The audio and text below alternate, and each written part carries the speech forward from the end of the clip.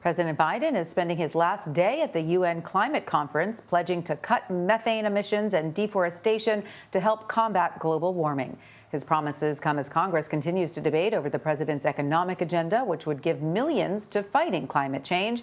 CBS's Skyler Henry has the latest from the White House. On his last day of the COP26 summit on climate change, President Biden announced a new set of policies to cut methane emissions. It's one of the most potent greenhouse gases there is. It amounts to about half the warming we're experiencing today. The plan would tighten regulations for the oil and gas sector and crack down on leaks from pipelines. It would also target emissions from existing oil and gas wells, rather than focus only on new wells. This isn't just something we have to do to protect the environment in our future. It's an enormous opportunity for all of us, all of our nations, to create jobs. Earlier in the day, the president joined more than 100 other countries to halt and reverse deforestation by 2030. Let's end this great global chainsaw massacre. President Biden said he will ask Congress for billions to conserve and restore the world's forests, but his comments come as a key Democrat here at home continues to question his current legislative agenda. The political games have to stop. Despite weeks of negotiations, West Virginia Senator Joe Manchin says he wants more information before supporting the president's Build Back Better agenda. The framework includes $500 billion to fight climate change. We must allow time for complete transparency and analysis on the impact of changes to our tax code and energy and climate policies. The president was asked about Senator Manchin's comments at the summit Tuesday, but he didn't respond. Skyler Henry, CBS News, the White House. For more on this, I want to bring in CBS News climate reporter Cara Korte. Cara, welcome. So President Biden spoke yesterday at the summit, apologizing to world leaders for the U.S. backing out of the Paris climate agreement during the Trump administration. Just before he left for this trip, he was working to hammer out his infrastructure bill that would give millions toward addressing the climate crisis. So what has Mr. Biden's main goals and talking points been during this summit? That's right, Tanya. The Build Back Better plan, as it exists right now, would devote $555 billion to climate adaptation and green technology to try to fight the crisis here at home. The president said in his remarks yesterday to world leaders that his plan would be the most significant climate action plan by any advanced nation in world history. So really boasting there for a plan that is teetering right now. We're not sure whether or not there's going to be a vote on it, whether or not all 50 Democrats in the Senate support it.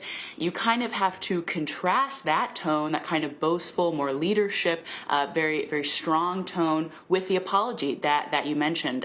Very rarely do we hear presidents or world leaders apologize for anything. The president apologized on behalf of the last administration that pulled out of the Paris Agreement. So that, I think, kind of illustrates the tightrope the United States has to walk right now, in that they're trying to lead the world on this crisis, but at the same time, talking the talk and walking the walk are two very different things. In the U.S., while they might be on the precipice of walking the walk, they haven't really, to mix metaphors, crossed the goal line just yet. So the president's tone has been mixed. The United States delegation is trying to lead, but they're also aware that they have to be respectful of other nations and not be too boastful about something that doesn't quite exist yet. And Cara, more than 100 world leaders made a promise to end and reverse deforestation by 2030. What does this pledge actually entail, and what is the significance of countries like Brazil, which we know have massive forests, and the Democratic Republic of Congo signing on to this promise? Yeah, that's right, Tanya. More than 100 countries, totaling more than 85% of the world's forests. There is already skepticism, as you voiced right there, is already skepticism around this pledge. Just back in 2014, more than 200 governments and organizations and companies agreed to actually the same goal, to end deforestation by 2030, and that agreement didn't move the needle at all. So it's really crucial that they make it count this time. Deforestation is responsible for 23% of all global emissions, which is quite large. And when you think about kind of the 1-2 punch of deforestation, our forests are the Earth's lungs, they are carbon sinks. So when you cut them down, not only are you losing that capacity to absorb carbon pollutants, but when trees are cut down or when they're left to decompose, they then release that toxic pollutant that they are used to absorb. So very, very crucial that the countries commit to this pledge, but also that we start to see action once they all leave COP.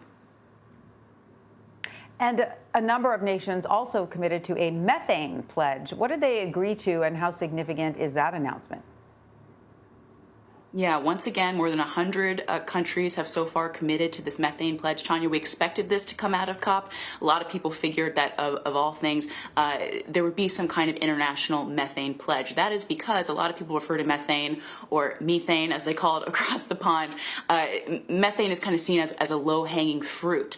And the reason for that is because methane is so much more powerful than carbon dioxide. It's 80 times more powerful, more harmful to the earth than carbon dioxide. And this goal is to cut methane emissions by 30% by the year 2030.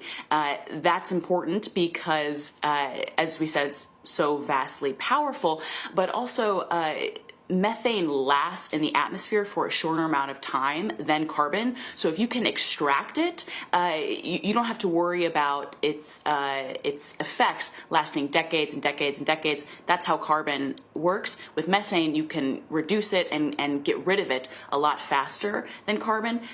The other reason why this is crucial, Tanya, is because methane is responsible for 30% of global emissions. And U.S. Climate Envoy John Kerry said earlier today that if you reduce all of the world's methane emissions, that is responsible for 0.5 degrees worth of global warming, which doesn't sound like a lot, but that's a massive amount when we're talking about the difference between 1.5 and 2 degrees warming. That's the difference between a low level of catastrophe and a high level of catastrophe. So just that half of degree that methane is responsible for, if countries can reduce it, that would make a huge impact towards progress in fighting the climate crisis.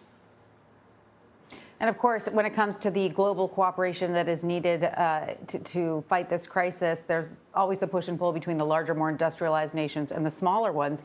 Mia Mottley, the Prime Minister of Barbados, spoke yesterday to world leaders about the looming threat of climate change, not only to her country, but many other smaller, more vulnerable nations. Let's listen to what she said. For those who have eyes to see, for those who have ears to listen, and for those who have a heart to feel, 1.5 is what we need to survive.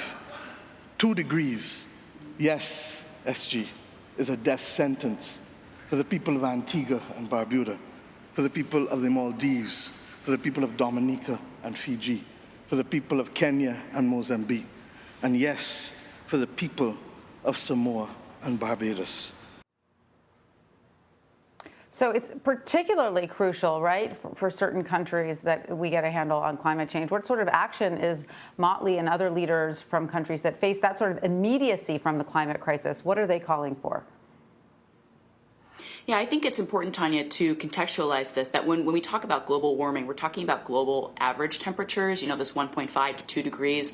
There are certain areas of the world, particularly in the Arctic, that are already well beyond that warming. And so what smaller countries are also feeling, particularly island countries, are feeling the effects of more significant hurricanes, of more severe droughts, of sea level rise. And these are countries that are highly dependent on their tourism industries and their agriculture industries. And all it takes is one terrible hurricane to wipe out a country's entire GDP, right? So it is a lot more, they're feeling a lot more than the United States is, where, by the way, we've already experienced more than $50 billion worth of destruction from just one hurricane this year already.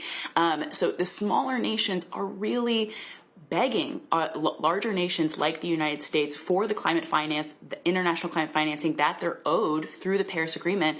The Prime Minister of Antigua and Barbuda told world leaders yesterday that if they don't get the financing that they need to stay alive, they're going to look for avenues in which they can seek justice through international courts to get the financing that they are owed. Cara Korte, thank you so much for your reporting. We appreciate it. Thank you.